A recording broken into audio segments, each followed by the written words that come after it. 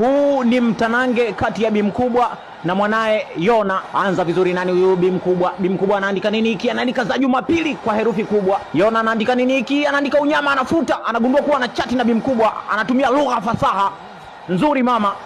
KTBC zaidi. Pokea taratibu, nani huyu Bi Mkubwa? Bi Mkubwa anaandika nini hiki? Anaandika leo kanisani tumejifunza Mithali 18:22.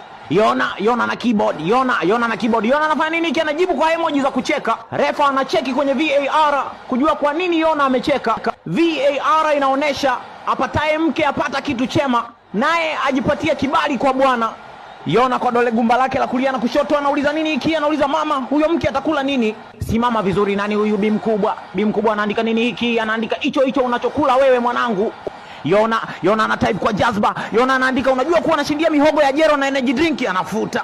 Unajua kuwa anaishi mageto ya wanangu, geto moja watu 12 kama wanafunzi wa Yesu? Anafuta.